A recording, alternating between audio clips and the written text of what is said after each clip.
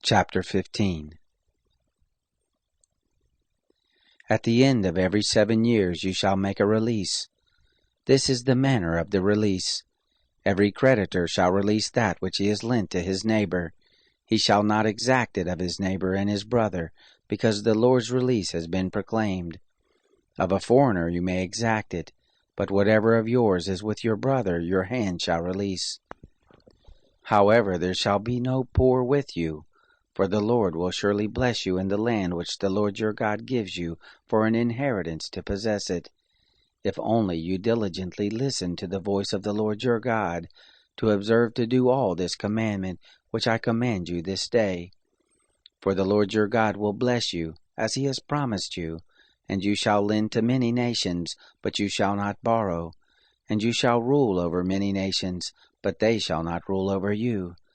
If there be with you a poor man, one of your brothers, within any of your gates in your land which the Lord your God gives you, you shall not harden your heart, nor shut your hand from your poor brother, but you shall surely open your hand to him, and shall surely lend him sufficient for his need in that which he wants.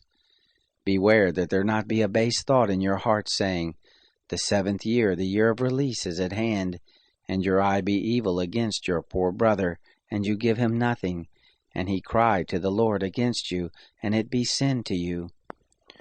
You shall surely give to him, and your heart shall not be grieved when you give to him, because that for this thing the Lord your God will bless you in all your work, and in all that you put your hand to. For the poor will never cease out of the land.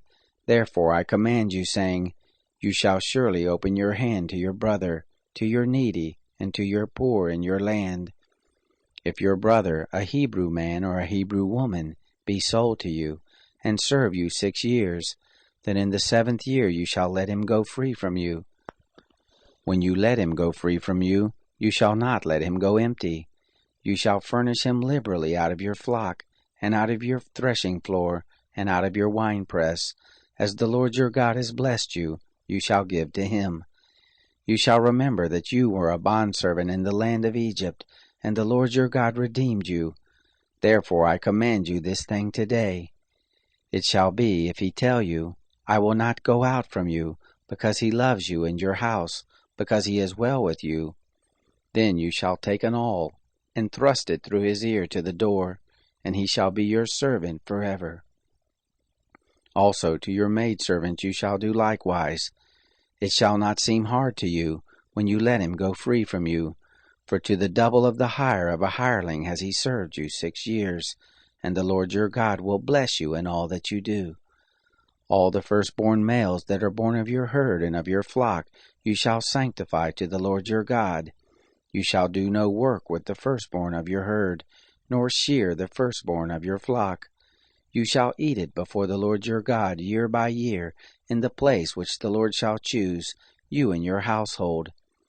If it have any blemish, as if it be lame or blind, any ill blemish whatever, you shall not sacrifice it to the Lord your God. You shall eat it within your gates. The clean and the unclean alike shall eat it, as the gazelle and as the hart.